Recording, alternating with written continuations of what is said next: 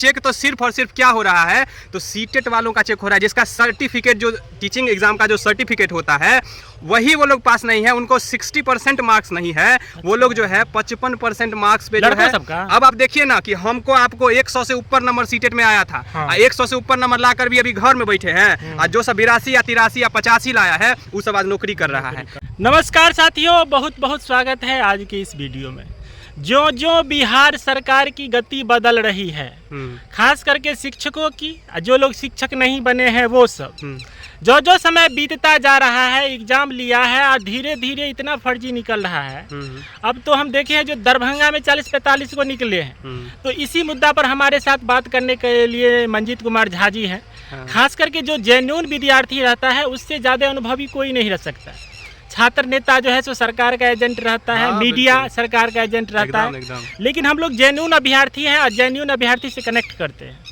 ये जो इतना फर्जी पकड़ा रहा है, इसमें क्या आप कह सकते हैं? अब देखिए ना, एक समय था जब हम लोग इस मुद्दा पर बात करते थे अपने चैनल पर आके, तो सामने वाला का ऐसा रिएक्शन रहता था कि इन तुम लोगों से क्या होगा, तुम लोग क्या बोलते हो आके, यहाँ पे कोनो ठीक नहीं, भुगते रह जाओगे, सरकार कोनो नहीं सुनेगा। तो अब देखिए, अब जब आज जो खबर आया है, कल का न्यूज है कि पूरा देखे हैं, आपको यहाँ पे स्क्रीनों पे दिख जाएगा कि 42 गो जो है दरभंगा में, सिर्फ आप छोड़ दीजिए पूरे बिहार का एक ब्लॉक, अभी सिर्फ नहीं, एक ब्लॉक नहीं है बहुत सारा ब्लॉक, उसमें भी अभी पूरा चेक नहीं हुआ है। अभी चेक तो सिर्फ और सिर्फ क्या हो रहा है, तो सीटेट वालों का चेक हो रहा है, जिसका सर्टिफिकेट जो टीचिंग एग्जाम का जो सर्टिफिकेट होता है वही वो लोग पास नहीं है, उनको 60% मार्क्स नहीं है, वो लोग जो है 55% मार्क्स पे जो है। अब आप देखिए ना कि हमको आपको 100 से ऊपर नंबर सीटेट में आया था, 100 से ऊपर नंबर लाकर भी अभी घर में बैठे हैं, और जो सब 82 या 83 या 85 लाया है वो सब आज नौकरी कर रहा है। तब आप देखिए कि बाहरी लोगों का जो आरक्षण जिसको नहीं मिलना चाहिए था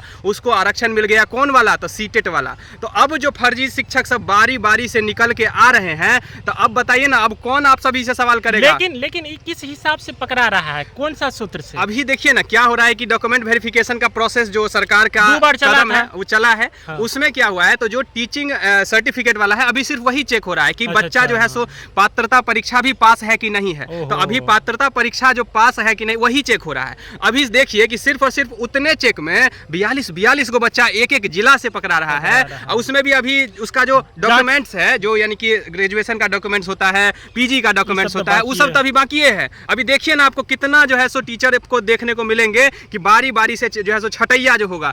अब एक जिला में अगर इतना सीट मिल रहा है, तो अब आप सोच लीजिए कि 38 जिला है बिहार में, 38 जिला में अभी सिर्फ पात्रता परीक्षा का जो सर्टिफिकेट होता है वो चेक हो रहा है। जब सर्टिफिकेट जब चेक होने लगेगा, तब समझिए ना कि कितना बड़ा धांधली हुआ, कितना बड़ा जो है सो निकलेगा। हाँ जी, जब हम लोग परीक्षा देने गए थे, तो हम लोग तो पैंट में मुता जाता है, इतना चेक करता है। एगो एडमिट कार्ड के अलावा कुछ नहीं जाने देता है, मेरा बाला भी खुलवा लिया। इतना प्रेशर हम लोग झेलते हैं। सही बात। लेकिन ये चोर दरवाजा आता कहाँ से है? सबका जो पहुँच है ना, ऐसा लगता है कि जैसे किसी का जो है ना पहले से सॉल्वर गैंग वाला जो सुनवे किए थे खेला, जो 14 लाख 10 लाख जो चल रहा है, एडमिट कार्ड के पीछे हमको इस बात का अभी तक समझ में नहीं आया है कि आप अगर बाहरी वाले का जो आरक्षण पर बात किए थे कि बाहरी वालों को जनरल में रखा जाएगा, पहले ही बोले थे हमारे जो अध्यक्ष थे, लेकिन अब वो आरक्षण जो है आप बाहरी वाले लड़कों को लड़कियों को दे रहे हैं। हमको उससे एतराज नहीं है, लेकिन एतराज कौन बात से है कि आप तो जब लिस्ट निकालते हैं वहाँ पे बोलते हैं कि हम नहीं दे रहे हैं आरक्षण, और जब रिजल्ट आता है तो हम सब लोग भचक्का रह जाते हैं कि भाई रिजल्ट कहाँ से इतना ज्यादा कट ऑफ चला गया। तो कारण तो यही था कि आप जो है जनरल वालों में यहाँ का जो बच्चा को छूट मिलना चाहिए वो छूट आप बाहर के बच्चे को दे दिया है। इसीलिए ना जनरल में या ईडब्ल्यूएस में अगर आप कट ऑफ का जो अंतर देखिएगा तो आपको पता चल जाएगा। एक नंबर किसी में तो बराबर है जनरल और ईडब्ल्यूएस का, और डेट ऑफ बर्थ से तो खैर सेकंड क्राइटेरिया। हम तो ये बोल रहे हैं कि फर्स्ट क्राइटेरिया में आप छांट रहे हैं बच्चों को, तो वो तो भाई अब आके आपसे सवाल करेगा ही। अब कौन बिल में घुसिया गए हैं ये लोग,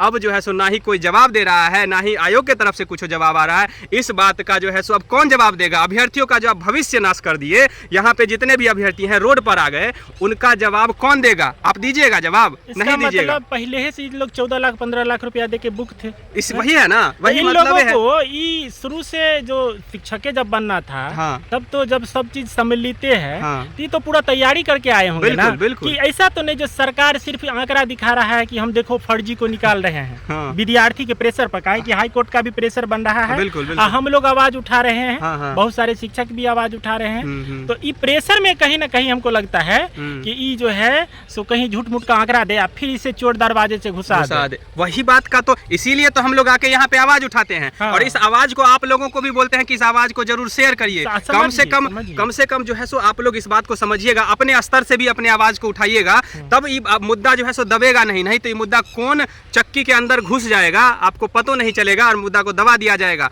इतना मात्रा में जो है सो आपको वैकेंसी देखने को मिलेगा। जब ये सारा फर्जी शिक्षक सब जो बाहर आएंगे तब आपको देखिएगा कितना मात्रा में आपको सीट देखने को मिलेगा। अब आप बताइए ना कि ये जो अभी जो हो रहा है इसमें गलती किसको दीजिएगा? सरकार को दीजिएगा कि आयोग को दीजिएगा कि विद्यार्थी को दीजिएगा? किसको दीजिएगा? कि फर्जी गैंग वाला सब जो कर रहा है, तो फर्जी गैंग वाला के ऊपर जब तक आशीर्वाद नहीं मिलेगा, जब तक अधिकारी का आशीर्वाद नहीं मिलेगा, जब तक नेता का आशीर्वाद नहीं मिलेगा, तो बाप का दम है फर्जी जो करवाता है बहाली, बाप का दम है कि करवा देगा वो लोग, बोलिए ना। तो यही बात समझने वाली बात है कि अगर इस बात को नहीं समझा जाएगा और हम लोग इस बात को अगर नहीं उठाएंगे तो बात दब जाएगा। और हमारे जैसे ही अगर आप लोग अभ्यर्थी हैं, अगर देख रहे हैं, तो आप लोग भी इस आवाज़ को जरूर उठाइए, क्योंकि आवाज़ दब जाएगा तो आपका रिजल्ट भी दब जाएगा। अब वही बात है कि हम लोग भी अब चाह रहे हैं कि अब जो है सो पूरक रिजल्ट हम लोग को नहीं चाहिए, पूरा रिजल्ट की बात कर रहे हैं। आप लोग फिर से रिवाइज्ड रिजल्ट दीजिए। कम से कम इतना मात्रा में जब वैकेंसी में चोरी हुआ है, अब देखिए ना तेजस्वी बाबू क्या बोलते हैं, जहां जहां जाते हैं, जिस रैली में जाते हैं, बोलते हैं कि 3 लाख नौकरी दिए, कोनो रैली में बोलते हैं कि 4 लाख नौकरी दिए, कोनो रैली में बोलते हैं 5 लाख नौकरी दिए।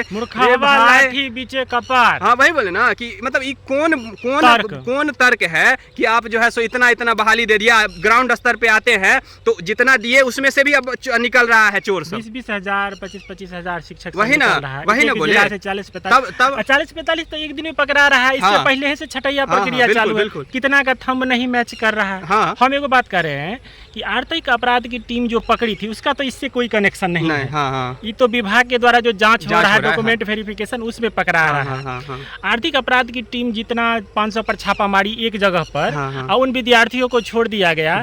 सरकार से जवाब तलब, आयोग से जवाब तलब, कोई नहीं जवाब दे रहा है, तो वो बात तो आपका भी तो दबिए गया। बिल्कुल ये बात कहीं नहीं दब सकता। ये वही, इसीलिए हम आप सभी अभ्यर्थियों से भी इस बात का गुजारिश करते हैं कि आप लोग भी इस आवाज को जरूर उठाइए और इस मुद्दा को मत दबने दीजिएगा। नहीं तो अगर ये मुद्दा दब गया तो आगे आने वाले समय में आप इस बात का आराम से इंतजार करिए। आप तो बेरोजगार रहबे करिएगा। हाँ बिल्कुल, आगे आने वाला भविष्य भी बर्बाद हो गया, कुछ नहीं हो सकता है। इस बात को भी आप लोग समझते ही होंगे अच्छे से। तो हमारे साथ थे मंजीत कुमार झा जी, और बहुत सारी बात का जो कंफ्यूजन है, लोग जो कमेंट करते हैं उसी हिसाब से इनसे हमने प्रश्न लेने का प्रयास किया, हमें बहुत अच्छा लगा।